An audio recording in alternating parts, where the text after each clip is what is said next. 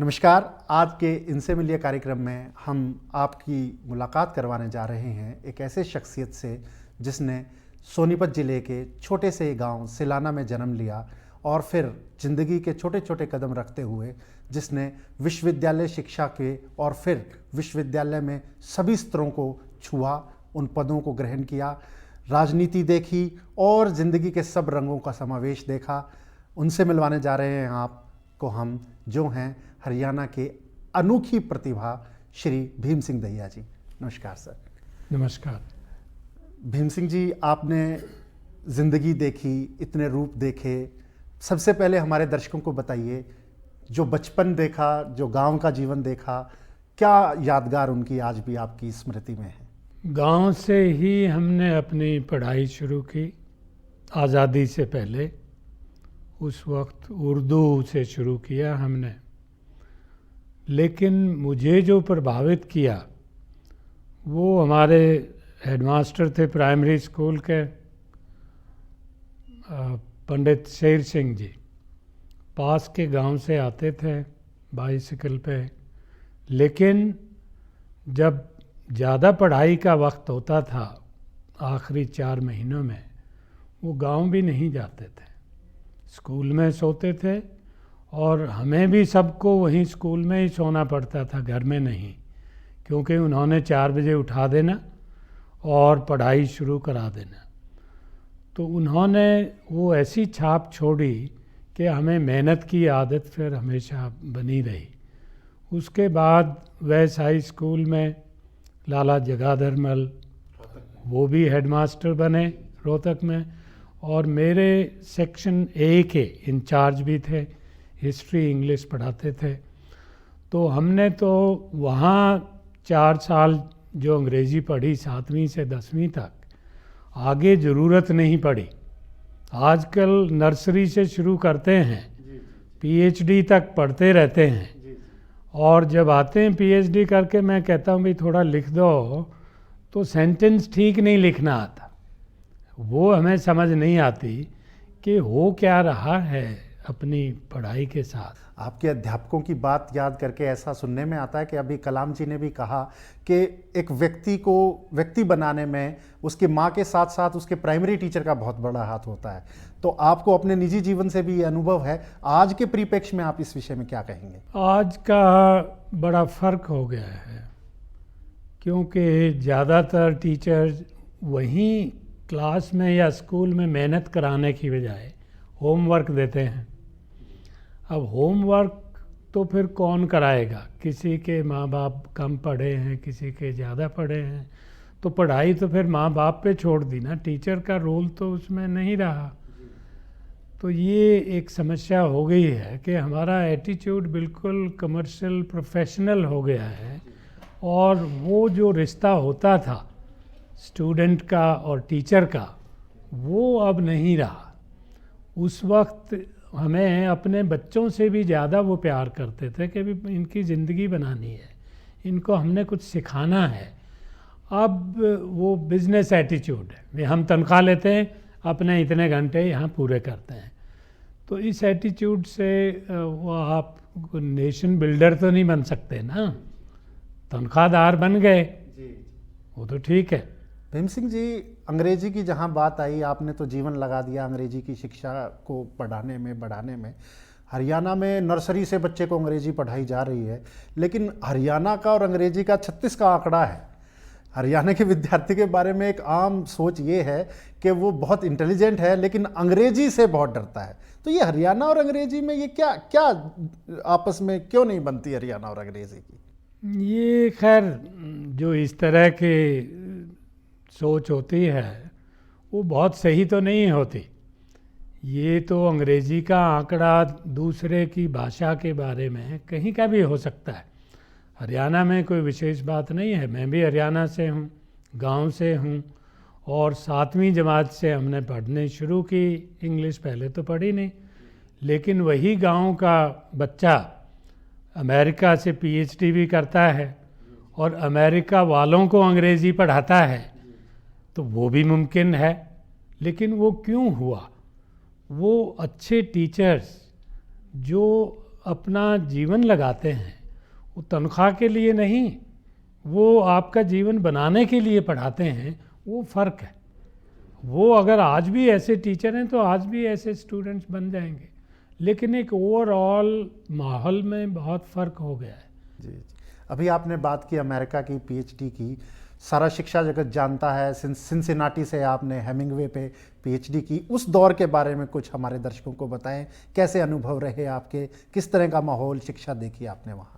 देखिए, जो मैंने वहाँ अमेरिका में सीखा और पढ़ा, मैंने यहाँ मेरा ख्याल सारी उम्र इतनी पढ़ाई नहीं की होगी जितनी वहाँ 2 साल में की।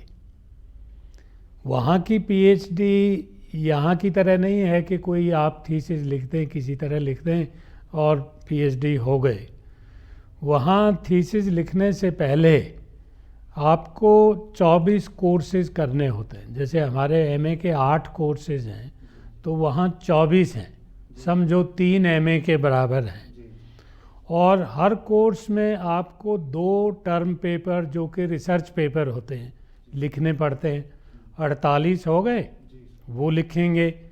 और फिर उनके बाद एक कॉम्प्रिहेंसिव एग्जामिनेशन होता है जिसमें सारा इंग्लिश लिटरेचर, ये नहीं भी कौन ऑथर है, कौन किताब है, कहीं से भी आपका इम्तहान लिया जाएगा। उसमें पास हो जाएंगे तब आपको थीसिस लिखना है। और यही नहीं, अंग्रेज़ी के अलावा 2 भाषाएं और करनी पड़ती थी, पीएचडी का हिस्सा था वो। तो मुझे जर्मन, स्पेनिश, अंग्रेज़ी के अलावा 2 साल पढ़नी पड़ी।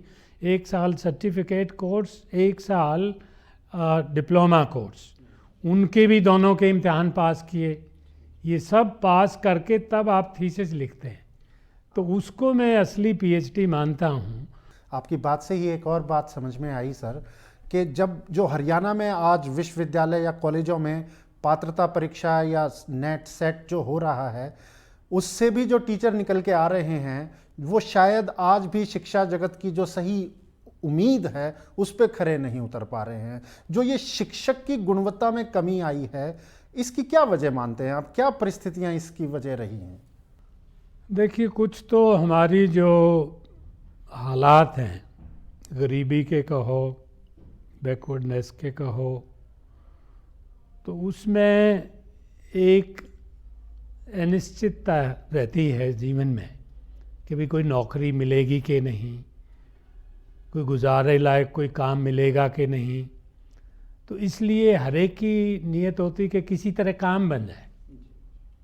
तो मेरे से कई दफ़ा लोगों ने पूछा कि अगर आपको एक बात कहनी पड़े हरियाणा या हिंदुस्तान के बारे में कि हमारे कैरेक्टर में क्या खासियत है सेंट्रल, तो मैंने कहा भी जुगाड़ है। हमारी नीयत हर वक्त ये रहती है कि कोई जुगाड़ हो जाए, मेहनत ना करनी पड़े, कोई बहुत पसीना ना बहाना पड़े। मेरे पास पेरेंट्स भी आते हैं, भी लड़की को पीएचडी करा दो, मैं करा दें। कोई ऐसा नहीं कोई लिख लाख दे और ही पैसे दे देंगे या कोई सिफारिश करवा दें। तो ये जो मेंटेलिटी है ये हमारी टिपिकल इंडियन है, और इसकी वजह से हम ईमानदारी से, मेहनत से काम नहीं करते, जुगाड़ में बड़े माहिर हैं। तो जुगाड़ से एक और बात समझ में आई, आपने तो राजनीति में भी साझेदारी की। आपको कहाँ लगता है कि जो हमारा पॉलिसी मेकर है वो ही नहीं जानता कि देश को कहाँ ले जाना है, तो ऐसी स्थिति में देश जाएगा कहाँ? आपको नहीं लगता कि राजनीति में पढ़े लिखे लोगों की भागीदारी बहुत कम है, वो भी एक वजह है दिशाहीन होने की?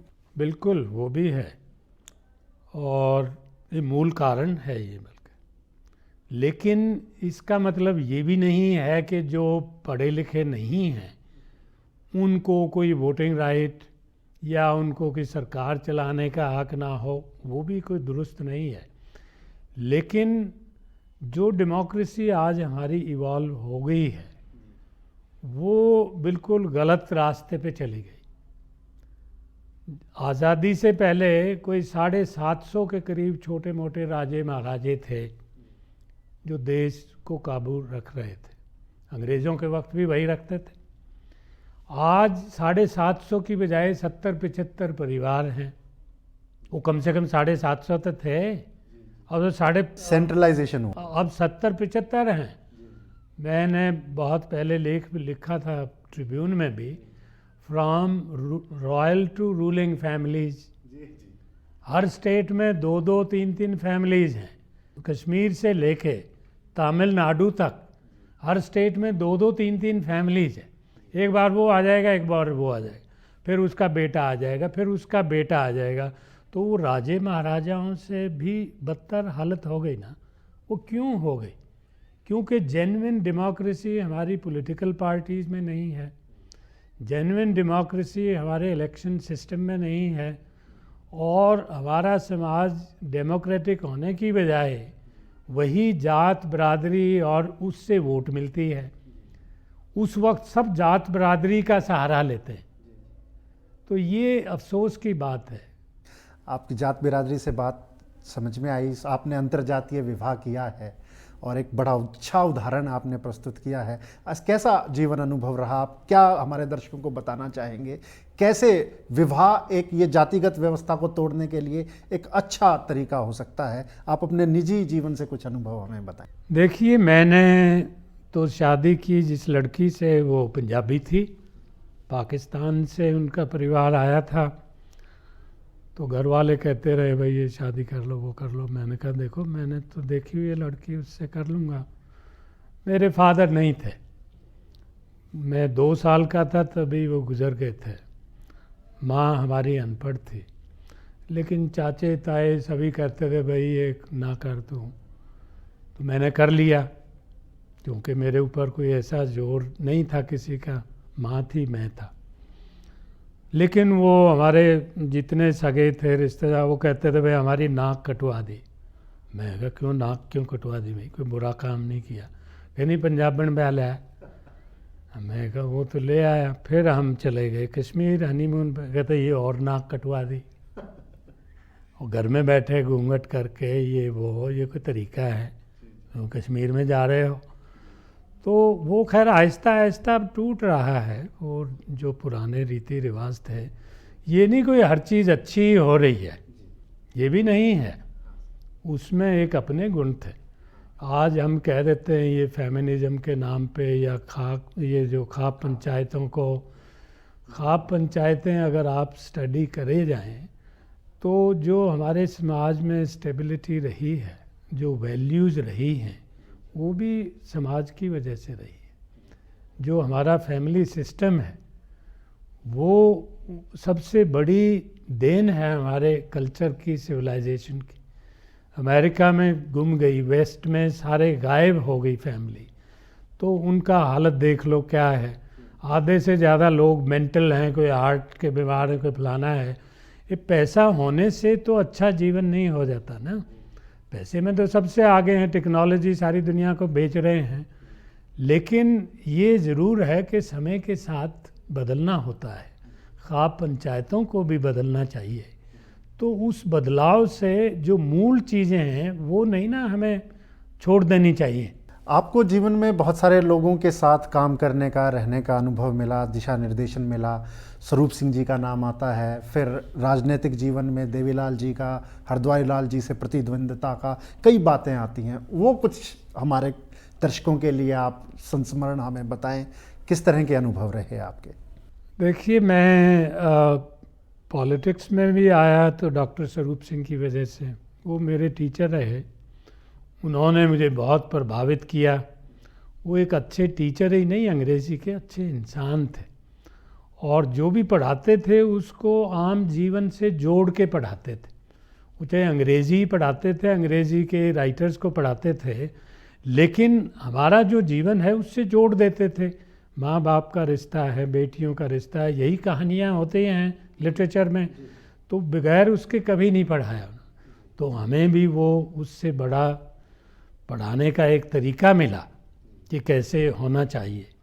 डॉक्टर ओपी ग्रेवाल थे, ओम प्रकाश ग्रेवाल, उन्होंने मुझे प्रभावित किया, क्योंकि वो नेक इंसान, ईमानदार, ईमानदारी से पढ़ाना, टाइम भी भूल जाना, पहनाव भी भूल जाना, बस इंटरेस्ट एक पढ़ाने में है या किताब पढ़ने में है। तो मुझे डॉक्टर स्वरूप सिंह कहते थे, भीम सिंह अब क्या सोचा, क्या करोगे? मैं कहा जी पढ़ाऊँगा। कहता देखो खाली तनख्वाह के लिए पढ़ाना हो ना तो और बहुत है, और कहीं चले जाना। अगर पढ़ने का शौक़ है, किताबें, तो टीचर बनना। मैंने कहा जी मुझे तो शौक़ है, इसलिए मैं कोई सरकारी नौकरी, कोई HCS ऑफिसर, IAS नहीं बनना चाहता, मैं टीचर बनना चाहता हूँ। कहता फिर ठीक है, लेकिन पढ़ाई नहीं छोड़ना।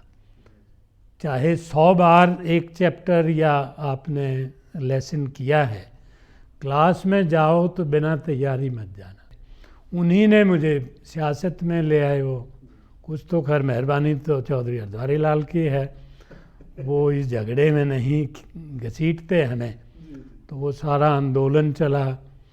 तो आंदोलन में वो मंत्रियों से भी पाला पड़ा, क्योंकि हरद्वारी लाल काबू खाली टीचर से तो नहीं हो सकते थे। उनको काबू करने के लिए आखिर में किया हमने, उनको निकलवाया भी, कमीशन ऑफ इंक्वायरी बिठाई, सब कुछ किया, लेकिन पॉलिटिक्स बात करनी पड़ी। तो तब मुझे भी कुछ समझ आ गई। फिर डॉक्टर स्वरूप सिंह ने एक दिन बुलाया। वो बाई चांस 1982 में उस पोजीशन में थे, भी टिकट दें। चौधरी चरण सिंह थे, पार्टी के प्रेसिडेंट थे। कहने लगे भी भीम सिंह इलेक्शन लड़ना है। मैंने कहा जी लड़ेंगे, जब आपने कह दिया तो। कहता जाओ। और मैंने कहा जी कहता टिकट अपने आप आ जाएगी, जाओ तुम। तो रोट हल्के से शांति राठी जो एजुकेशन मिनिस्टर थी, उसके खिलाफ लड़े। तो क्या अनुभव रहा, एक शिक्षक जो क्लासरूम से निकल के जब सदन में पहुंचा, तो क्या दुनिया ने क्या रंग बदले, क्या देखा आपने? जो भी लाइफ का रोल है, हर एक में आपके लिए बहुत कुछ है करने को, अगर करना चाहें तो। मैंने सबसे पहला काम तो ये किया कि यूनिवर्सिटी से छुट्टी ली 5 साल की, बिना तनख्वाह के। वरना उन दिनों रूल्स ये थे कि आप छुट्टी ना लें, तनख्वाह भी लेते रहें, और जब असेंबली होगी आपको छुट्टी मिल जाएगी। यूनिवर्सिटी को हिदायत ये थी बल्कि कि इनको कम काम दो, ताकि ये पब्लिक का काम अटेंड करें। एक भी पूरा हो जाए तो बहुत है, वो भी तब आप दिल जान उसमें लगाएंगे तो होगा। तो मैंने कहा मैं ये नहीं करूँगा, या तो पॉलिटिक्स करो या पढ़ाओ। पढ़ाते थे तो पढ़ाते थे, तब पॉलिटिक्स नहीं की। अब पॉलिटिक्स करनी तो पढ़ाना नहीं है। तो मैंने कुरुक्षेत्र छोड़ा, बच्चों को सोनीपत लाया, सोनीपत मकान बनाया, और वहीं फिर बच्चों को पढ़ाया। तो सियासत में अच्छे आदमी भी मिले। कम से कम 50% MLAs उस वक्त ऐसे थे जो अपने घर से खाते थे, घर से खर्च करते थे। हमें कुछ नहीं मिलता था। 500 रुपये MLA को उन दिनों मिलते थे। आजकल तनख्वाहें कर ली, पेंशन कर ली, और पर्क्स कर लिए, डेवलपमेंट फंड कई करोड़ कर लिए। तो ये नहीं होना चाहिए। अब कहते हैं लाल बत्ती भी करो। अंग्रेज़ों के वक्त का सिलसिला है ये, जो चला आ रहा कि भी सरकार आ गई, लाल बत्ती देखते ही लोग डर जाएं। तो आप डराना चाहते हो। जनता के तो सेवक माने जाते हो, पीपल सर्वेंट्स। तुम तो मैं कहा अंग्रेज़ों के भी बाप हो। वो पर्दों में नहीं छुपते फिरते थे भाई। जब आप पार्लियामेंट या असेंबली जाते हैं, उन दिनों वो MLA हॉस्टल या MPs के उसमें रह लो, आने जाने का किराया ले लो, ज़्यादा ज़्यादा यही होना चाहिए ना। तो अगर देश सेवक हैं तो। लेकिन सबको पता है कि 5 साल में क्या से क्या हो जाते हैं, वो तो सबके सामने है। थोड़ा सा साहित्य की तरफ लेके चलें सर, आपका बहुत योगदान है। आजकल शेक्सपियर एसोसिएशन के आप प्रधान हैं। पुनः जीवित किया है आपने शेक्सपियर को, ख़ास तौर पे हरियाणा पंजाब के इस क्षेत्र में जहाँ साहित्यिक गतिविधि बहुत नहीं होती। आपने शेक्सपियर एसोसिएशन बनाई, फिर से शेक्सपियर को ज़िंदा किया, नई ज़िंदगी दी। उसके बारे में बताएं, क्या स्वप्न है आपका, क्या करना चाहते हैं आप? देखिए, मैं समझता हूँ कि जिस समाज में साहित्य को प्राथमिकता नहीं दी जाती, वो समाज ऊपर नहीं उठ सकता। समाज खाली ये सेंसेक्स कितना बढ़ गया या कितना घट गया। देखिए, शेक्सपियर को मैं समझता हूँ कि वो दुनिया का सबसे बड़ा लेखक हुआ है, और लेखक किसी जात जमात या देश विदेश का नहीं होता। अगर असल मायनों में लेखक है तो वो सारे इंसानियत के लिए, हर आदमी के लिए है। नर्सरी राइम सबसे पहले क्यों सिखाते हैं और भाषा ही सबसे पहले क्यों सिखाते हैं? केमिस्ट्री या मैथमेटिक्स क्यों नहीं सिखाते या इकोनॉमिक्स क्यों नहीं सिखाते? पहले के 2-3 साल में तो खाली भाषा ही सिखाते हैं, हिंदी सिखाएं, अंग्रेजी, वो इसीलिए सिखाते हैं कि पहले आपका बेस, आपका चरित्र बनाना है और चरित्र साहित्य के थ्रू ही बनता है। लेकिन आज के युग में इसकी और भी ज़्यादा अहमियत है जो बदकिस्मती से समझी नहीं जा रही। टेक्नोलॉजी के पीछे भाग रहे हैं, वे रेडियो भी हो गया, टीवी भी हो गया, मोबाइल हो गया, अच्छी बात है, हो जाए, लेकिन अच्छा इंसान होना भूल गए। लेकिन आज बिजनेस रूल करता है, वो एक हमारा बदकिस्मती सारी दुनिया की ही है। दुनिया दुकान बन गई, दुनिया दुकान, मार्केट्स हैं, नेशन कोई नहीं कहता, हमें सिटीजन नहीं कहता, या तो कंज्यूमर है या टैक्स पेयर है। जहां आपने अभी स्टैनिक वर्सेस की बात की, फ्रीडम ऑफ स्पीच की बात हो रही है, साहित्य के बाजारीकरण तक की बातें और प्रश्न चिन्ह आ गए हैं, उस विषय में आप क्या कहना चाहेंगे? देखिए, इसमें 2 पहलू हैं। एक तो फ्रीडम ऑफ स्पीच का है, दूसरा ये बाजारीकरण का है। फ्रीडम ऑफ स्पीच कोई वैक्यूम में नहीं होती है और फ्रीडम ऑफ स्पीच कोई अनलिमिटेड या अनरिस्ट्रिक्टेड नहीं होती है। अब मैं आपको गाली दूर कहूँ, मेरा तो ये फ्रीडम ऑफ स्पीच है, या मैं और कोई बुरी बात कहूँ, हाँ, समाज को तोड़ने वाली बात कही, देश को तोड़ने वाली बात, तो मैं ये कहता हूँ कि साहित्य कहाँ है, आर्ट कहाँ है? किसी दूसरे को प्रोवोक करना तो कोई आर्ट नहीं है। अब आपको पता है कि भी इससे एक हमारी कम्युनिटी मुस्लिम्स की या जो भी है उसको ठेस पहुँचेगा, वो बुरा मानेंगे, तो आप क्यों कर रहे हैं इसको? और वो ही क्यों कर रहे हैं और क्यों नहीं कर? और अगर आप इतना कर ही रहे हैं, आप सोचते हैं कि यही सच है, तो इसके लिए फिर कुर्बानी देने को तैयार हो जाओ। बिकने से ही और बात समझ में आई कि जहां साहित्यकार मुंशी प्रेमचंद की तरह एक आम से भी सरल जिंदगी जीता था, गालिब की तरह भूखो रह के लिखता था, दूसरी तरफ एक नई उपज आई है साहित्यकारों की जो करोड़ों रुपए में उपन्यास लिख रहे हैं। उनके बारे में क्या कहना चाहेंगे? मैं इनको साहित्यकार नहीं मानता। पिछली बार जब ये फेस्टिवल हुआ था तो आपको याद होगा किरण देसाई आई थी, उसका एक नावल आया, उस पर बुकर प्राइज मिल गया, इनहेरिटेंस ऑफ लॉस। तो अगली किताब वो क्या लिखेगी किसी को नहीं पता, लेकिन उसको कई लाख पाउंड का पहले कॉन्ट्रैक्ट मिल गया। तो ये दुकानदारी आजकल चल रही है। तो वो लिखते हिंदुस्तान के बारे में हैं, छपवाते इंग्लैंड या अमेरिका में हैं, भाई यहीं छपवा लो, कि उनको पता है बुकर प्राइज तो वहाँ से मिलेगा और हमें बेचा वहाँ जाएगा। हमारी सोसाइटी का कंटेंट हमारा है, कैरेक्टर्स हमारे हैं, कहानी हमारी है, सिर्फ उसका प्रोडक्शन वेस्ट में हो रहा है। प्रोडक्शन नहीं, ये जो 120 करोड़ हम हैं उसकी वजह से बिक रहे हैं। बुकर प्राइज भी इसलिए दिया जाता है कि उनको पता है कि देने से हम, हाँ इतना हो गया, इतना हो गया, हमारा किरण देसाई को मिल गया, अडीगा को मिल गया, पढ़ो भाई वाइट टाइगर, और मिलियन कॉपीज बिक जाती हैं। कॉपी किसकी बिकती है? कॉपीज उनकी बिकती हैं। आजकल आपकी एक पुस्तक का बड़ा चर्चा है, the rise of Haryana and fall of democracy, कुछ उसके बारे में हमें बताइए। पिछले 200 साल का इतिहास मैंने इसमें कवर किया कि जब अंग्रेज़ आए और हरियाणा एक पार्ट बना उनका, तो अंग्रेज़ों का क्या असर हुआ, फिर आर्य समाज की जो आंदोलन आया उसका क्या असर हुआ, फिर 47 में ये पंजाबी पॉपुलेशन आई पाकिस्तान से, इनका क्या क्या चीज़ें यहाँ लाए अच्छी और हम उनसे सीखा, उसका क्या असर हुआ। फिर जब हरियाणा अलग हो गया तो एक नई बात हुई कि जो हमारे साथ ज़्यादती थी, हम मार्जिन पे थे। पहले लाहौर सेंटर था तो हम बिल्कुल मार्जिन पे थे। फिर जब अमृतसर चंडीगढ़ सेंटर बना फिर भी पंजाब रहा, फिर भी मार्जिन पे रहे। फिर 66 में जब हरियाणा बन गया तो हम फिर सेंटर बन गए। तो कितना रैपिडली फिर हमारा डेवलपमेंट हुआ, वो सब चीज़ें मैंने उसमें की। करते करते फिर आज के हालात में आए, तो आज के हालात हरियाणा के बाकी हिंदुस्तान से अलग नहीं हैं। तो वो चैप्टर फिर बाद में जनरल बन गए, तो वो जनरल हिंदुस्तान पे बन गए।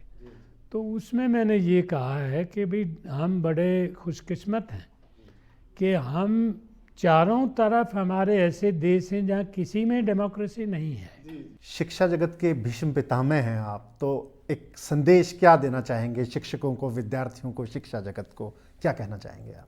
देखिए, संदेश एक ही है कि ईमानदारी से और मेहनत से काम करें, चाहे पढ़ने का हो चाहे पढ़ाने का हो, जुगाड़ का सहारा ना लें, बस।